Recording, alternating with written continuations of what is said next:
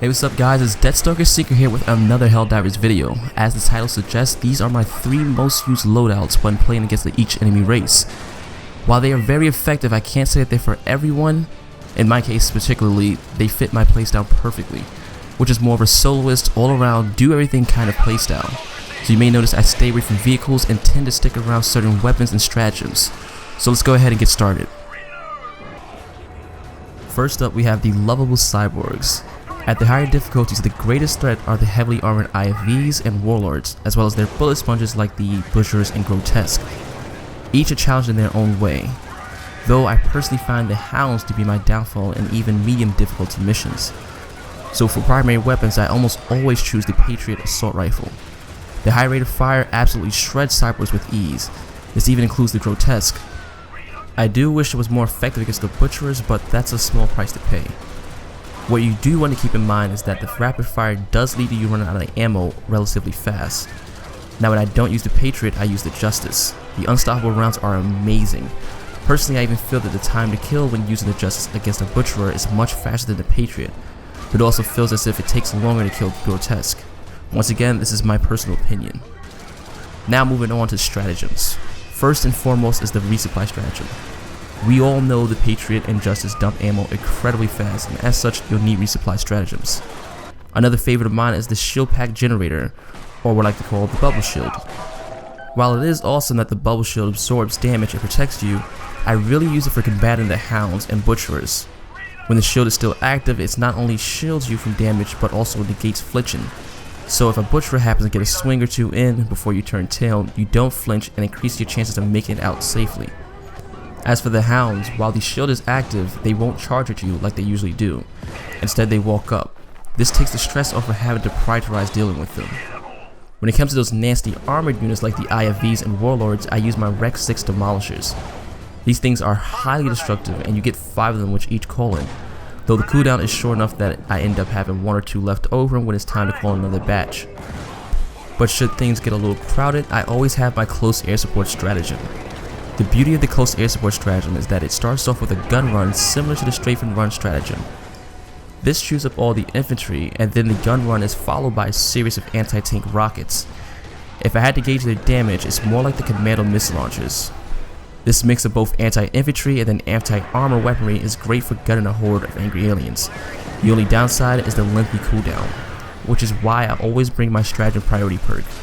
Stratagem priority reduces all stratagem cooldowns by 40%.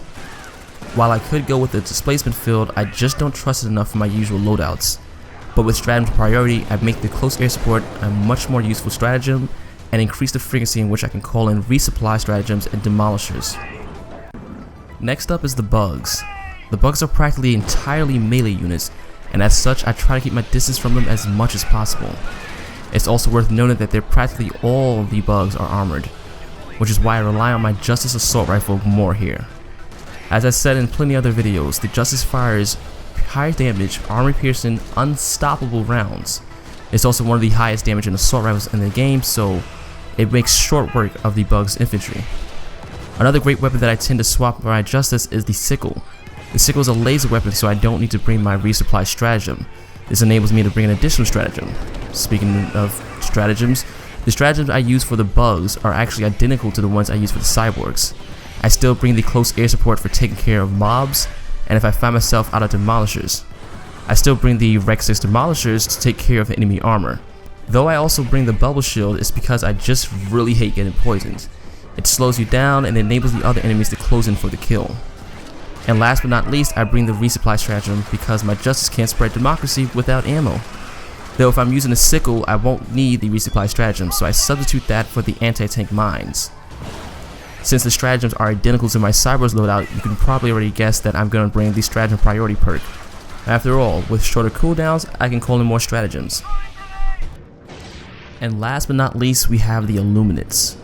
It's sometimes hard to believe that they pack the nastiest tricks, but with energy shields, snipers, invisibility, and a nice little mind fray attack that reverses all your controls, you'll quickly become a believer.